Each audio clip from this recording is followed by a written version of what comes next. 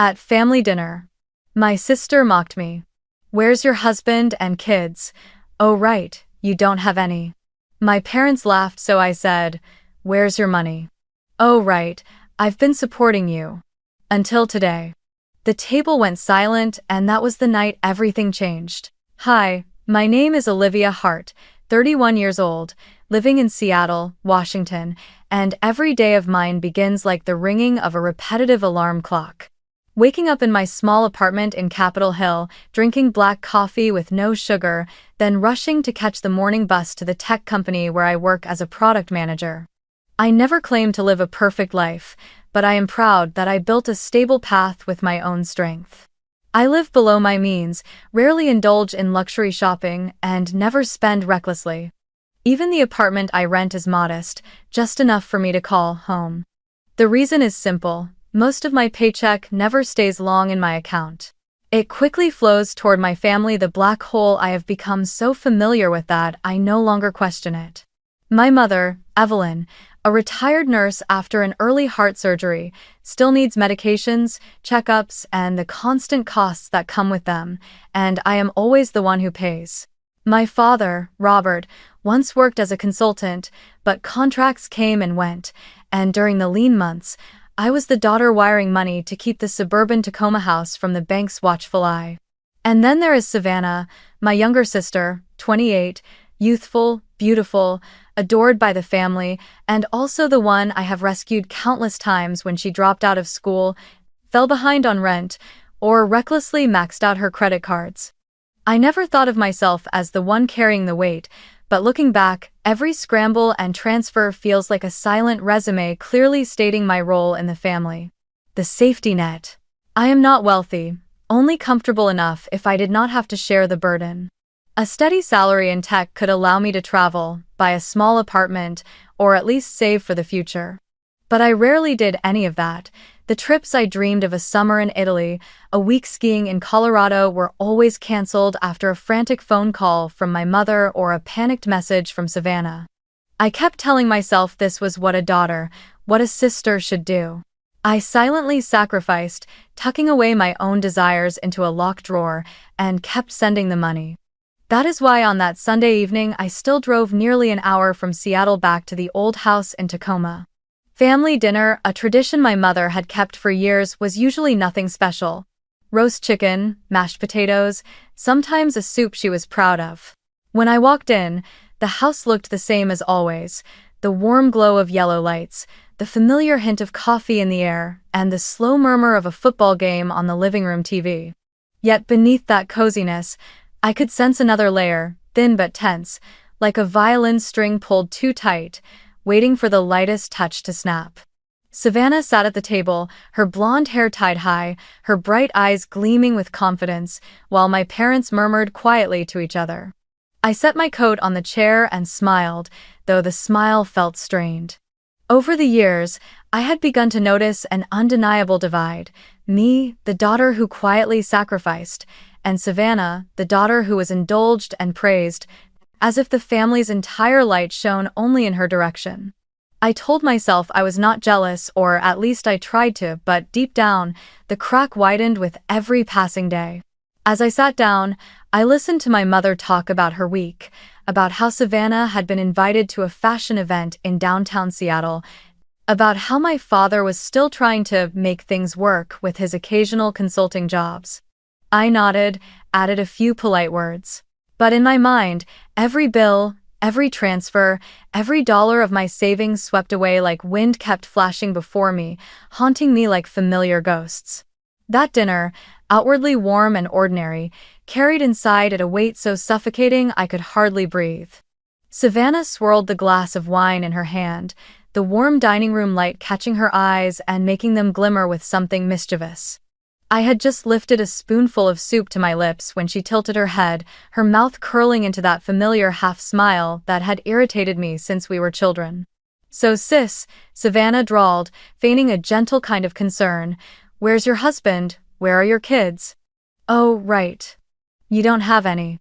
She let out a soft laugh, then casually sipped her wine as if she had just delivered a brilliant joke. My mother immediately joined in with a light laugh, loud enough for me to hear the contempt tucked beneath it. My father gave a quiet snort, his eyes glinting with agreement, while Savannah leaned back in her chair as though she had just scored a point in a game only she cared about. I sat there, the spoon still hovering midair, forcing my face to remain still. In that brief moment, memories crashed over me like a storm. All the times I had set aside my own needs to clean up my family's crises. I remembered the winter night my mother was rushed to the hospital with chest pains, how I missed the most important meeting of my career just to sign insurance papers and put down the surgical deposit. I remembered when my father fell behind on the mortgage and I emptied the savings I had set aside for my dream apartment, even though I myself was crammed into a tiny rental in Seattle with the rent climbing higher every year.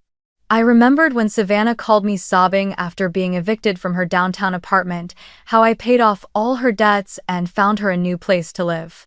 Every time, I had done it in silence, without complaint, telling myself it was the duty of a daughter, the responsibility of an older sister. And now, what was I given in return? A mocking remark laid bare in front of the whole family, turning my life into the punchline of their joke. Something inside me cracked. It was not an explosion of rage, but a dense, icy silence, like glass splintering into tiny fractures that were bound to shatter soon. I took a deep breath, set my spoon down on the plate, and lifted my gaze directly at Savannah. She was still sitting there, smug, her eyes gleaming with the confidence of someone who believed she had just won. Slowly, I spoke, my voice so calm it surprised even me. I may not have a husband or children, but where's your money?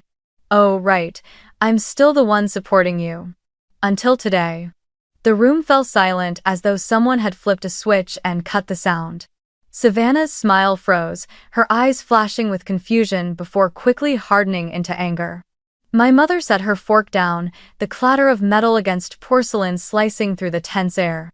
My father narrowed his eyes, leaning forward as if unsure he had heard correctly.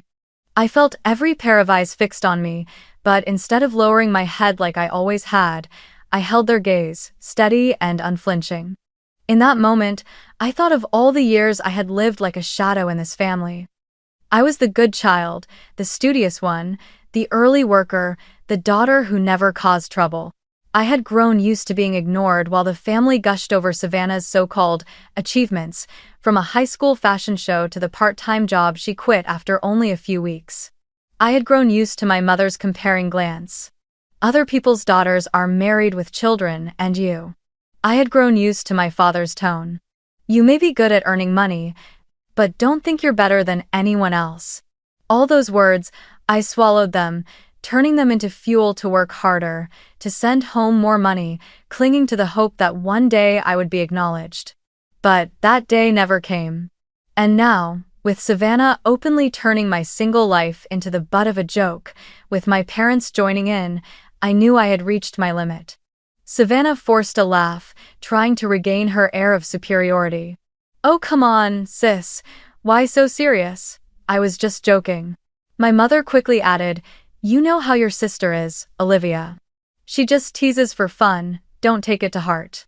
My father cleared his throat and spoke in his usual commanding tone. That's right, you're taking this too seriously. She's still young. You can't expect her to be responsible like you. Each word landed heavy, echoing in my head like nails being hammered into a coffin. You can't expect her to be responsible like you. That was the sentence they had stamped on me for years. I was the one who had to carry the weight, who had to sacrifice, who had to grow up for the whole family, while Savannah was allowed to fail, to drift carelessly, to mock the very person keeping her afloat.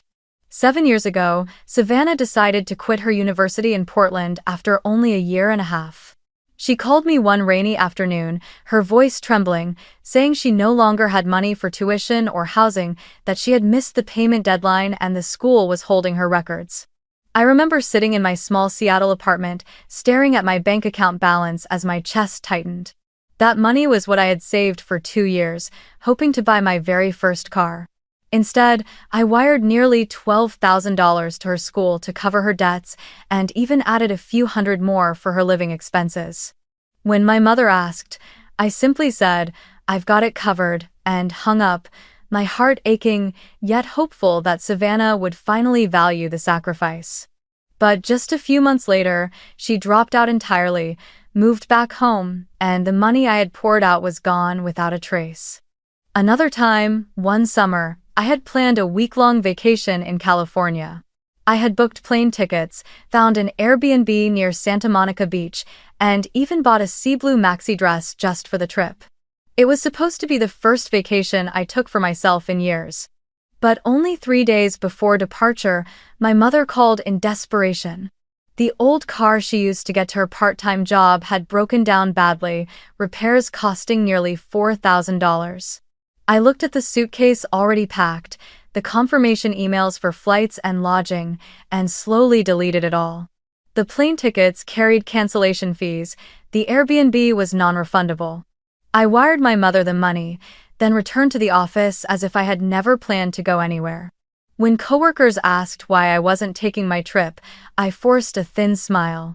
Change of plans. Inside, my craving to breathe in California's fresh air was crushed, replaced with a dull emptiness that lingered.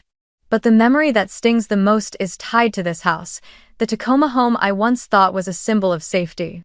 My father had landed a big consulting contract, but within months the client pulled out, and the deal collapsed. The bank sent overdue mortgage warnings, threatening foreclosure. I remember that night. My mother sat crying in the kitchen, my father silent, saying nothing, while Savannah shut herself away in her room. I quietly opened my laptop, logged into my savings account, where I had funneled every bonus, every extra hour of overtime. I wired over $15,000 to my father to cover the mortgage, saving the house from the bank's grasp. No one asked if I had enough left to live on.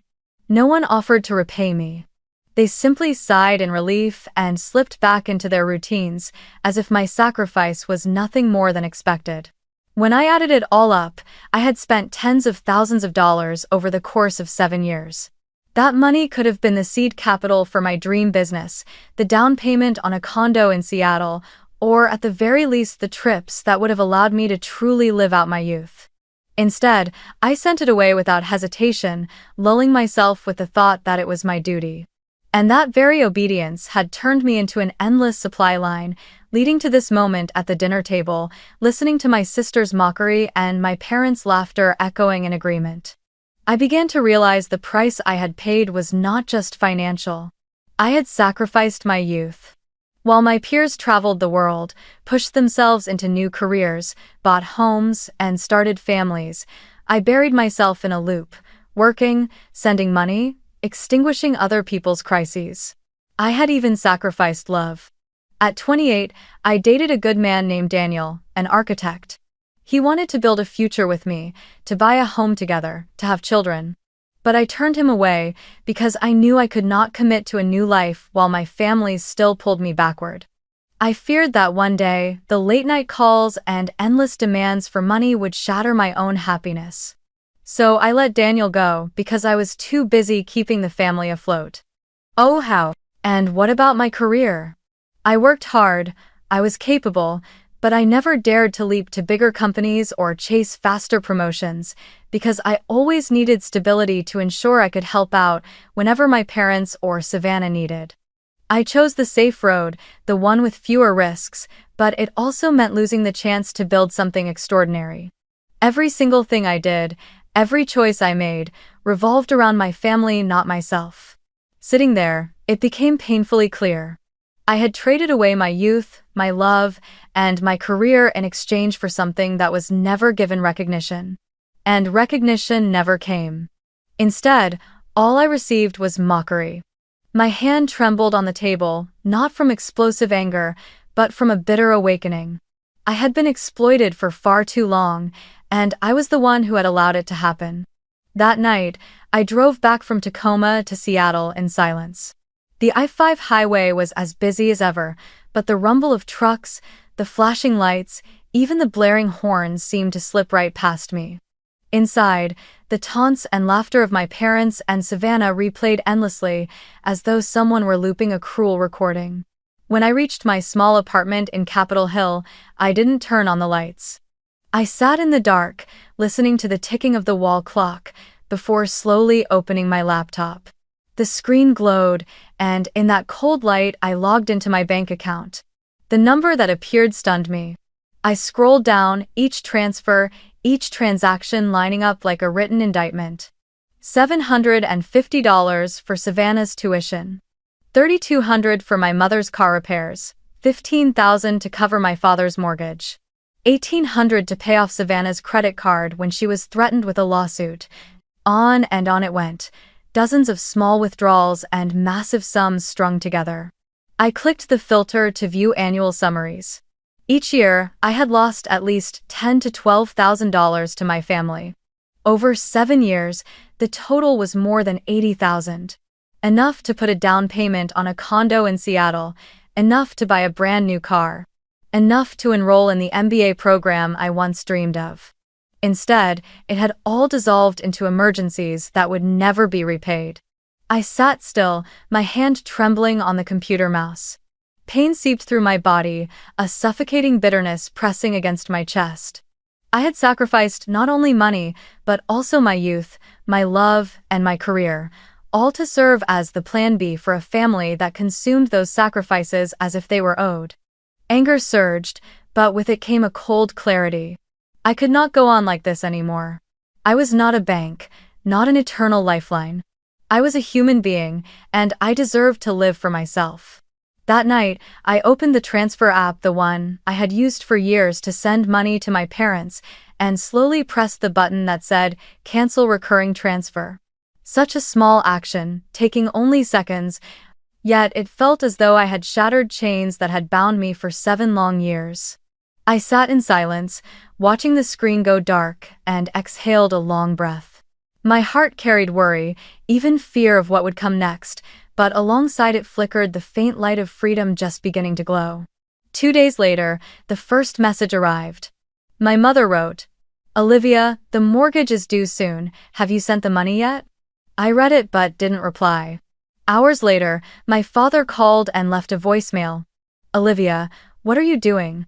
This house needs you. Don't let us suffer." His voice was deep and sharp, echoing with the authority of my childhood, and for the first time in my life, I pressed delete without saving it.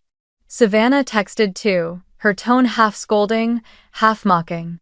"What's wrong with you this time? Stop being dramatic. Mom and Dad are worried. Just send the money, you've got it, don't you?" I stared at the screen, my heart gone cold, then quietly turned off my phone. In the days that followed, the messages poured in like a storm. My mother wrote, "Don't let this small matter tear the family apart." My father wrote, "You're being selfish. This whole family has always relied on you. You have a responsibility." Savannah shifted tactics, moving from scolding to pleading. "I really need you. If you don't help, I'll be evicted." "How could you let that happen?" I read them all, but I didn't reply. With every silence, I felt another layer of armor forming around my heart, my resolve growing stronger. On Friday night, I came home to my apartment, sat at my desk, and opened an empty notebook. On the first page, I wrote, "No more Plan B." Beneath it, I listed everything I needed to do for myself: save to buy my own home, spend time with real friends, take care of my health, enroll in the MBA program I had postponed. Each line was like a brick laid down to build the foundation of a new life. When I closed the notebook, I heard my heartbeat slow and steady. My parents might grow furious, Savannah might hate me, and I might lose the false peace I had clung to for years. But I knew that if I didn't stop now, I would lose myself forever. And I was no longer willing to pay that price for such ingratitude. A week after I stopped sending money, my phone rang constantly. My mother sent sweet messages, my father left voicemails heavy as hammers, and Savannah switched her tone back and forth, sometimes scolding, sometimes begging. I read, I listened, but I never responded. Then, at the end of the week, my mother sent one short text. "Come home for dinner this Sunday, the family needs to talk." It wasn't an invitation, it was an order. I sat on the sofa, staring at the words glowing on my screen, my chest tightening. Part of me wanted to refuse, to never return to the place that had drained me. But another part urged me to go, to face it once and for all, rather than let the cycle drag on any longer. On Sunday evening, I drove back to Tacoma. The moment I stepped through the weathered wooden door, I could feel the heaviness in the air. The table was set with roast chicken and mashed potatoes, but the once comforting aroma now felt sharp and suffocating. My mother was arranging the silverware, her movements harsher than usual, as if even the plates had to carry her irritation. My father sat at the head of the table, arms crossed, his face cold as stone. Savannah leaned back in her chair with her arms folded, eyes glued to her phone, pretending indifference, though the curve of her lips carried a smug challenge. I pulled out a chair and sat down. No one spoke for several minutes, only the faint clinking of utensils breaking the silence. Then my mother's voice cut through, directed not at me but at the food on her plate. "Olivia, this family cannot function without your contribution. You make good money, helping is only natural. Your father and I sacrificed for you all these years, now it's your turn to give back. What's wrong with that?" I drew in a deep breath. If it had been me a year ago, I might have bitten my tongue, stayed quiet, and later slipped money into their account in secret. But now, after everything that had built up, I was no longer afraid. I looked straight at my mother, and each word I spoke dropped heavy like stone. "That's not helping, that's exploitation." The room froze. Savannah let out a short, mocking laugh, lifting her eyes from her phone, her gaze sharp with scorn. "Oh, please, don't act so righteous. You've got money, but you're still single. I don't understand why you act so high and mighty. If I were you, I'd be embarrassed that no one even wants to marry me." A rush of heat rose in my chest, but I kept my voice steady, calm, without a tremor. "The difference is that I work for my money, while you only know how to spend it. Without me, you would have lost your place to live a long time ago." My mother quickly interjected, her tone urgent. "Olivia, don't speak to your sister that way. She's still young, she hasn't found her footing like you have. You're the older sister, you have to be more forgiving." I turned, my eyes locked on Savannah, but my words were meant for the entire table. Forgiving doesn't mean letting people trample all over me. I'm not a bank, I'm not a bottomless wallet. All these years, I've stayed silent, I've given, and for what? To be mocked as a failure just because I'm not married? Savannah's face flushed red, her mouth opening as if to fire back, but before she could speak, my father slammed his hand against the table. The sharp crack made the silverware tremble. His glare bore into me, his voice a low growl. "Watch your mouth. This is your home, you should know your place. You think you're so great? You only have money because your parents raised you. Don't forget where you came from." I pushed back my chair, the scrape of wood against the floor piercing the silence. My whole body trembled, but my voice was clear and resolute. "If that's the case, then maybe I don't belong in this house. I've kept it standing, but all I've received in return is contempt. If you see me only as a wallet, then I'm sorry, I won't be here to be exploited any longer." The room fell into silence. My mother's mouth hung open, her eyes brimming with tears, as though she couldn't believe the once obedient daughter dared to push back. Savannah stared at me, her lips parting and closing again, unable to find words. My father's face was flushed with rage, but in his eyes I caught a fleeting flicker, a shift that revealed even he knew I was no longer the same Olivia. I walked away from the table, grabbed my coat, and didn't look back. Each step felt like release, like tearing through an invisible chain that had bound me for 7 years. As the door slammed shut behind me, I heard my mother's voice calling after me. "Olivia, come back, we're family." But I didn't stop.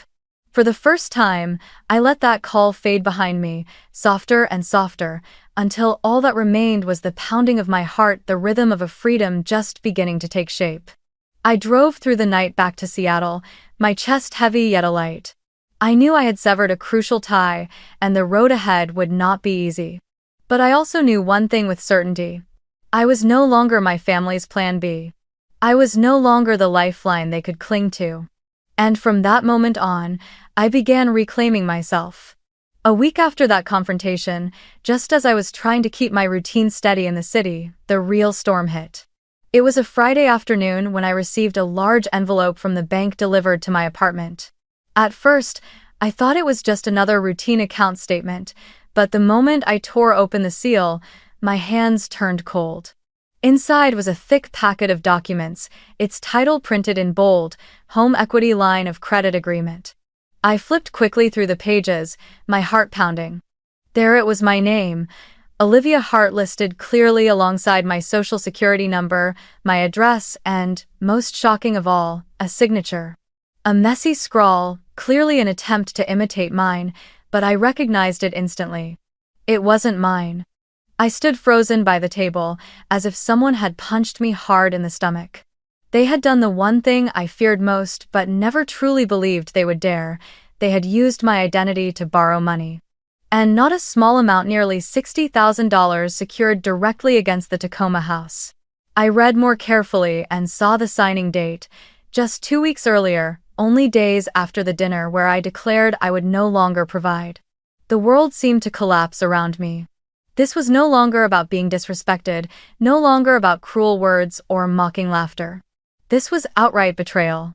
I remember sinking into a chair, the packet slipping from my hands, pages scattering across the floor like snow. In my mind, I saw their faces. My father with his stern expression and commanding voice, my mother with her wet eyes and pleading tone I knew too well, Savannah with her mocking smile. They had chosen to cross the final line, treating my signature as nothing more than a formality they could forge to save the house, the same house I had rescued from the bank time and time again. I gathered the pages one by one, my hands trembling. Part of me screamed, "They're my parents, my family, how could they do this?" But another part, colder, answered, "Because they always have. Because for years they have treated me like a bottomless wallet. Because when I finally said no, they chose to break the law rather than look at themselves." The pain wasn't only in the massive debt now hanging over me, it was in the shattering of the fragile trust I had still held onto. That night, I couldn't eat, couldn't sleep. I sat in my dark apartment, the only light the street lamp spilling through the window. The packet lay squarely on the table like evidence of a crime. I picked it up, set it down, picked it up again, questions boiling inside me. How had they gone to the bank? Who had forged my signature? Did the banker know? And above all, had they even thought about the consequences for me? If this loan defaulted, my credit would be ruined, my chance to buy a home destroyed, even my career put at risk. The phone on the table buzzed again and again. A message from my mother. "Olivia, are you okay? Your father and I just managed a little something for the house, don't stress." A message from my father. "The bank has already taken care of it, no need for you to worry. We did this to keep the house." I stared at those words, my chest tightening. Not a single apology. Not a single acknowledgement that they had forged my identity. Only smooth excuses, "We did this for the family." I held my head in my hands as tears spilled out, not just from anger but from the emptiness spreading through my chest. Family, the word I once trusted, had now become the deepest knife. I remembered my childhood, sitting in that Tacoma house, hearing my mother say, "Family is the place you can always trust completely." And now, that very place had turned me into a debtor on paper, with a forged signature. In that moment, I knew there was no going back. This was no longer a quarrel between relatives, no longer just a few cruel words that left me hurt. This was a real crime, a betrayal that could never be justified.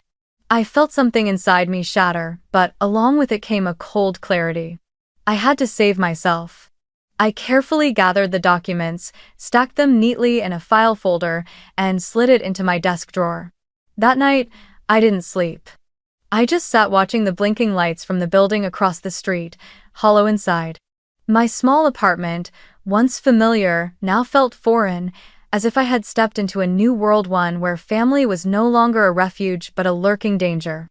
I knew from this moment on, everything had changed forever. When the clock struck 3 in the morning, I whispered a single sentence, etching it into my heart: "They betrayed me, and I will never forget." On Monday morning, I pulled out my phone and dialed the bank's hotline. A woman's voice came through the line. "Wells Fargo, how can I help you today?" I tried to stay calm as I explained that my identity had been used to sign for a home equity loan I had never authorized. My voice trembled, but each word was clear and firm. On the other end, the representative listened carefully, occasionally interrupting with verification questions. After I finished, she paused for a moment before saying, "You need to contact our fraud investigation department immediately. And I strongly recommend you consult an attorney because this involves forgery and identity theft. This is a serious matter." I hung up, my hands still shaking. For a moment, it felt as though the weight of the world had grown heavier by tons. Yet a small spark flickered inside me.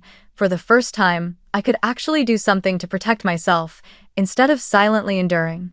The next morning, I searched online for lawyers in Seattle who specialized in fraud and identity theft. One name appeared repeatedly, alongside glowing reviews. Rachel Nguyen, a Vietnamese-American attorney who had handled numerous cases of families exploiting finances. I pressed call and scheduled an appointment. By Monday afternoon, I was walking into Rachel's office, a neat building near downtown. The space was filled with natural light, a polished wooden desk, and shelves lined with case files. Rachel looked to be in her early 40s, her black hair neatly pinned, her expression calm but her eyes sharp. She shook my hand firmly and gestured for me to sit. I slid the forged documents across the desk. As Rachel flipped through each page, my heartbeat quickened, afraid she might see me as weak or foolish. But when she looked up, her voice was calm and steady. "Olivia, this isn't just wrong. This is a criminal act. Forgery, fraud, identity theft. Your family has crossed the line from borrowing into breaking the law." I sat frozen, my heart jolting at the words, criminal act. Even though I already knew the truth, hearing it declared so clearly made me tremble. Rachel continued, "You have the right to file a fraud report with the bank, the right to demand removal of liability from this loan. And, if necessary, we can take this to court." I bit my lip, my voice raspy. "But they're my parents, and my sister." Rachel tilted her head, her eyes both firm and compassionate. "I understand, but the fact that their family doesn't change the nature of what they've done. Olivia, you have the right to be protected. You cannot keep letting them trample your life and your future just because of the word family." I sat still, my hands clasped tightly together, my mind in turmoil. Part of me wanted to turn away, to stay silent again for the sake of peace. But the image of that forged signature, the $60,000 debt, and the cold tone of my parents justifying it, kept flashing before me. And then I remembered sitting alone by Puget Sound, listening to the waves, realizing I was nothing more than a wallet to them. That feeling cut deep, like a blade twisting inside me. I knew that if I stayed silent this time, I would lose everything, not just money, but myself.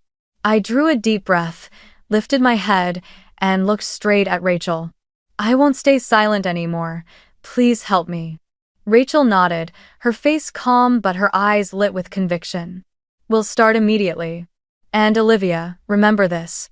This time, you are not alone."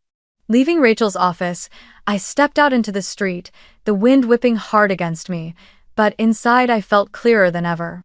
I knew the road ahead would be difficult, filled with confrontation and bitterness. But I also knew that for the first time in years, I was choosing to stand up for myself. And this time, I would see it through to the end. That evening, after meeting with Rachel, I opened my laptop and, for the first time, didn't feel like someone cornered with no way out. I followed each step she had advised, freezing all my credit to prevent anyone from using my identity again, changing every password from emails to bank accounts to small things like Netflix and Amazon. Each time I typed in a new password, it felt like I was building another wall of protection around my life. Then I opened a brand new account at a different bank, one no one in my family knew about, and transferred most of my savings there.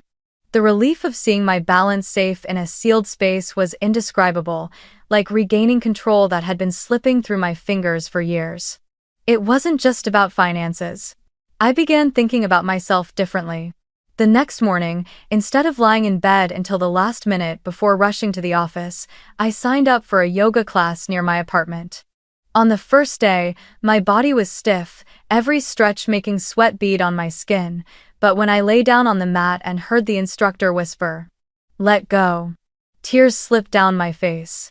For so many years, I had only ever held everything in, never allowing myself to release. Alongside yoga, I started cooking for myself instead of living on takeout. Simple meals, pan-seared chicken, fresh salad, a small glass of wine gave my little apartment the feeling of a real home, not just a stopover for someone exhausted. At work, the change began to show too. I poured my energy into a big project that had been left hanging for months. I stayed late, focused hard, and for the first time in years, I felt true excitement in what I was doing. One afternoon, my boss Matthew walked past my desk, paused, and placed his hand on the report I had just finished. "Excellent work, Olivia. I can see a real change in you."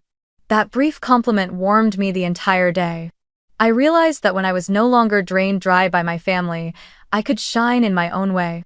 As I worked to rebuild my life, Rachel wasted no time. Just 2 days after our meeting, she sent a formal letter to the bank demanding an investigation into the forged signature. I was CC'd on the email, and when I saw the words "suspected forgery" printed clearly in black and white, I let out a long breath, part fear, part relief. It was no longer just a nightmare circling in my head. It had become a real case, handled in a professional way. At the same time, I started a new habit, keeping every trace of contact from my family. My mother's messages, from the sweet ones, "Honey, this family needs you," to the veiled threats, "Without you, we'll lose everything." My father's voicemails, his voice heavy, sometimes menacing, sometimes pretending to be gentle. Savannah's texts, shifting back and forth, sharp, "You're so selfish," then pleading, "Help me just this one last time, I promise I'll change." I saved them all, neatly organized in a folder labeled "Evidence." Each time I read or listened again, the pain burned, but so did my resolve. They would never again have the chance to deny what they had done. And yet, in the quiet of certain nights, my heart still sank. I remembered family dinners filled with genuine laughter, my mother's warm hugs when I was a child, the way my father once held the bike steady as I learned to ride. But then the image of those forged documents would return, the endless desperate calls echoing in my ears, reminding me that those beautiful memories were part of the past. Family was no longer a safe place. Family had become the very thing I had to defend myself against. Each morning, I put on a new kind of calm. I walked into the office with steadiness, showed up to yoga with patience, and cooked myself dinner as if to remind myself, "Olivia, you are worthy of care too." And every evening, as the evidence folder grew heavier, I knew I was no longer just surviving. I was preparing for the day I would face them not as a walking wallet, but as a woman who knew her own worth. One night, I sat by the window, city lights reflecting off the glass, a cup of hot tea in my hands. I no longer felt the trembling, no longer felt the darkness swallowing me whole.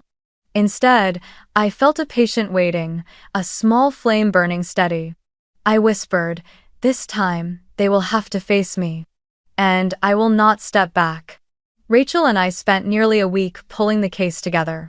She guided me through gathering every piece of evidence, bank statements, transfer confirmation, emails, even the random receipts I had stuffed into drawers over the years.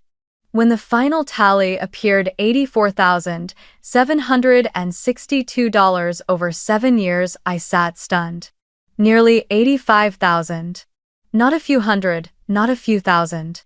That was my youth, the vacations I never took, the dates I canceled, the promotions I passed over just to keep everything afloat.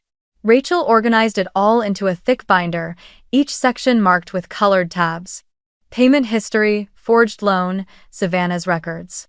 Inside were also Savannah's own defaults, canceled credit cards, overdue student loans, old eviction notices. Looking at those pages, I shivered, as though staring into a mirror that stripped me bare, while at the same time realizing I was ready to hold that mirror up to them. On Sunday, I drove back to Tacoma. The house of my childhood still stood there, with its peeling white fence and creaking wooden porch, but to me, it was no longer a place of safety. I walked in, binder clutched tightly in my hands. The air in the living room was heavy. My mother busied herself shuffling a stack of papers, avoiding my eyes. My father sat in his armchair, his gaze dark. Savannah leaned against the wall, arms crossed, a half-smile playing on her lips, defiant. I set the binder down on the wooden table, the thud landing like a hammer blow. "I'll be direct," I began, my voice so steady it surprised even me. "This is the full record of everything I've paid for this family over the last 7 years. Nearly $85,000. This is the evidence of the forged mortgage loan signed under my name. And these are Savannah's debt records." I flipped each tab, sliding the pages toward them. The three of them sat in silence. My father's brow furrowed as he prepared to speak, but I raised my hand to stop him. "I am no longer this family's lifeline. From today, you have 30 days to remove my name from every loan, especially the home equity loan. If it's not done in 30 days, I will sue. For forgery, financial fraud, and exploitation." I looked each of them in the eye. My mother shrinking back, Savannah paling, my father gripping the arm of his chair. "This is not a threat, this is an ultimatum." End of 4. The room was so silent I could hear the clock ticking. Finally, my mother stammered, "Olivia, you can't do this. This is your home." I let out a short, cold laugh, harsher than I thought myself capable of. "No. This is the house I've kept standing with my blood and sweat, but it's not my home anymore, because the people inside it only ever saw me as an ATM." My father slammed his hand on the table. "That's how you speak to your parents?" I stood, pulled the binder back into my arms, and said evenly, "I speak this way because it's the truth. 30 days. I won't repeat myself again." I turned and walked toward the door without looking back. The late Tacoma sky was heavy and gray, but inside I felt clearer than ever. No more trembling, no more guilt. Only the cold serenity of someone who had finally set down a burden carried for far too long. I drove back to Seattle, the wind rushing against the car windows as if it were washing away every wound. 2 weeks later, Rachel called. Her voice was calm, but I could hear the hint of relief. "The bank has finished the investigation. The signature was confirmed as forged. They will remove all legal liability from you." I sat frozen for a few seconds, my eyes stinging. Years of being dismissed, years of sacrifice that meant nothing, and now, at last, justice had taken my side. Rachel continued, "Olivia, you are officially free from that debt. From now on, they will have to carry it themselves." I looked out the window of my apartment, Seattle bathed in a warm golden glow. In that moment, it felt like a chapter had closed. My family might still drown in their spiral of debt and lies, but I would not. I had chosen to stand up, to draw the line, to break free from invisible chains. And most of all, I knew I would never again step into the role of their emergency bank. That night, I opened a bottle of wine, sat on my balcony, and breathed in the crisp October air. For the first time in years, I felt truly free. The news that the Tacoma house was up for sale didn't come to me through a call or even a message from my family, but through the public real estate records Rachel had advised me to monitor. The image of the house appeared on the realtor's website, the weathered roof, the familiar wooden steps, but this time stamped with the bold red words, "For sale." A strange wave rose inside me, a mix of sorrow and inevitability, as though I had known this ending was always coming. My parents couldn't refinance. After the forged signature was confirmed, the bank stood firm, and now the debt forced them to sell what I once thought would always be a place to return to. Savannah called me only once, her voice breaking. You really let it come to this? The house is gone. I don't know where to go." I sat in silence, listening to her sobs on the other end. Once, I would have rushed to her side, handed her my bank card, and carried the weight myself. But this time, I only said softly, "Savannah, you have to learn to stand on your own. I can't keep doing it for you. Then I hung up, my chest aching but lighter at the same time. A week later, my mother sent a message. Sunday dinner. One last meal in the house. Can you come? I hesitated, then agreed. Not because I felt responsible, but because I needed to see the chapter close with my own eyes. That evening, I drove to Tacoma for the last time. The house felt hollow, stripped of its life. Hallways stacked with cardboard boxes, the living room bare of furniture, only a few faded curtains still hanging loose. The air was so heavy I could hear every clink of spoon against plate. My father sat silently, his hair grayer, his eyes dimmed as though the fire had gone out. My mother laid out a simple meal, nothing elaborate. Savannah said nothing, her eyes rimmed red. Through the entire dinner, hardly anyone spoke. Only after the dishes were cleared did I finally break the silence, my voice steady, without a trace of trembling. I'm not cutting ties, I'm still your daughter, still Savannah's sister. But I'm no longer the lifeline. From now on, if someone falls, they have to learn to stand on their own. My words echoed through the room, leaving all three of them stunned. No one argued, no one pleaded, only silence remained. I rose from my chair and walked into the hallway, my eyes passing over the labeled boxes, kitchen, bedroom, books. So many childhood memories, once bound to duty and obligation, now packed into worn brown cardboard. I opened the door, drew a deep breath of Tacoma's cold night air, then turned back for one last word. I hope you all find a way forward. But I can't live your lives for you anymore. As I stepped down the porch steps, I knew I was leaving behind a piece of my youth. That house had held me in place with the invisible chains of obligation. Now it was gone, and the chains had broken with it. In the weeks that followed, I poured all my energy into work. The project I led exceeded every expectation, and during the quarterly meeting, my boss Matthew publicly said, "Olivia is the reason we achieved this breakthrough." A few months later, I received my promotion to Senior Product Manager. For the first time in my life, my success wasn't overshadowed by desperate calls for money from my family. It was simply mine earned by my own ability and my own resolve. Outside of work, I began rebuilding my personal life. I joined a Thursday night cooking class where I met new friends, people who didn't care how much money I had or whether I was single or married. They valued sincerity and the stories I shared. I joined a volunteer group at the community center, helping kids learn STEM.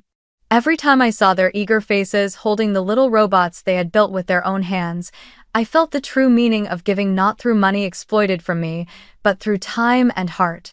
I also started caring for myself in small but meaningful ways, jogging around Green Lake on weekend mornings, spending afternoons reading at a cafe, cooking myself a good dinner in the evenings, then calling friends just to laugh and talk. I was no longer haunted by the flood of desperate messages from my family. My phone was quiet now, and that silence was the most beautiful music I had ever known. One December evening, I stood on my apartment balcony, Seattle glowing beneath me, the city lights shimmering on the water like countless stars. I took a sip of wine, breathed in the crisp air, and smiled softly. Not the smile of a victor, but the smile of someone who had finally found herself again. The message rang clearly in my heart, as if written there. Your value does not lie in being everyone else's lifeline. It lies in standing strong on your own, and keeping close only those who truly cherish you.